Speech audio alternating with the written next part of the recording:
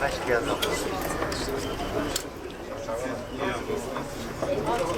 Devam ederiz. İnşallah Rabbim kavuşmasın. Dualarımız hep sizinle. Hoş geldiniz. Burada bu analar, bu babaların feryadı. Bir üniversitenin önünü karıştırıyorlar. Orada bir sürü genci kullanıyorlar.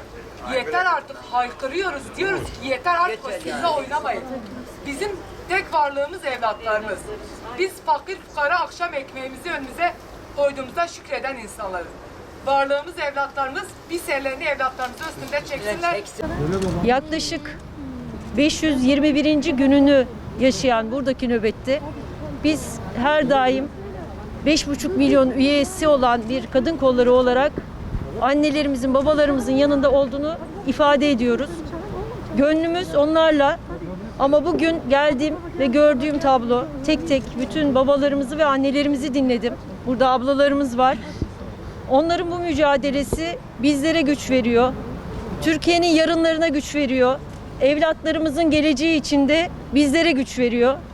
Onlar burada oldukları sürece Allah'ın izniyle daha bir tane bile evlat bir daha çıkaramayacaklar. Biz buradan HDP'ye de onun yandaşlığını yapan diğer partilere de sesleniyoruz.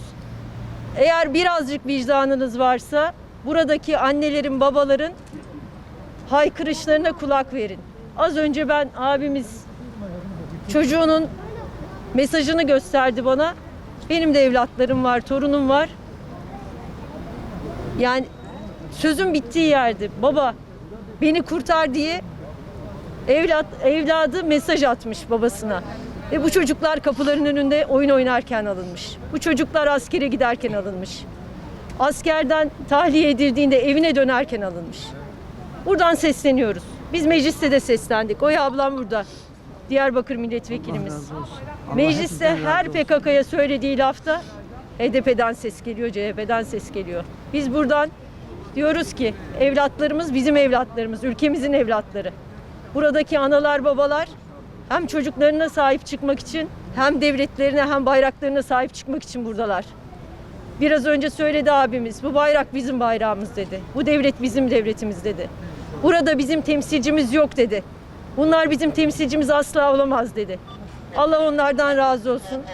Biz de ömrümüz el verdikçe Genel Başkanımız, Cumhurbaşkanımızın izinden giderek devletimize, milletimize, buradaki ana ve babalarımıza sahip çıkacağız. Her ilden haykırıyorum ben. Burada zafer işareti yapanlar hezimete uğrayacaklar. Celil abinin arkasından zafer işareti yapanlar bir gün görecekler. Buradaki analar, babalar, Diyarbakır anneleri, onlardan cesaret alan Şırnak annelerinin zaferi olacak.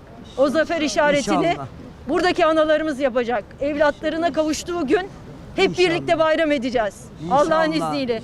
Biz onların yanındayız. Allah güçlerine güç katsın. Gelmeyenler utansın. Gelmeyenler utansın. Bak ablam evet, ne güzel söyledi. Gelmeyenler utansın. Allah hepinizden razı olsun. Evet. Bu haklı direnişinizde yanımızdan olanlardan Allah razı olsun. Her Gelmeyenler zaman yanınızdayız. Her zaman yanınızdayız. Neye ihtiyacınız olursa. Bu bir siyasi mesele değildir. Bu evlat mücadelesidir. Ve biz de analar, babalar olarak evlatlarının sahip çıkan bu annelerimizin, babalarımızın her daim yanındayız.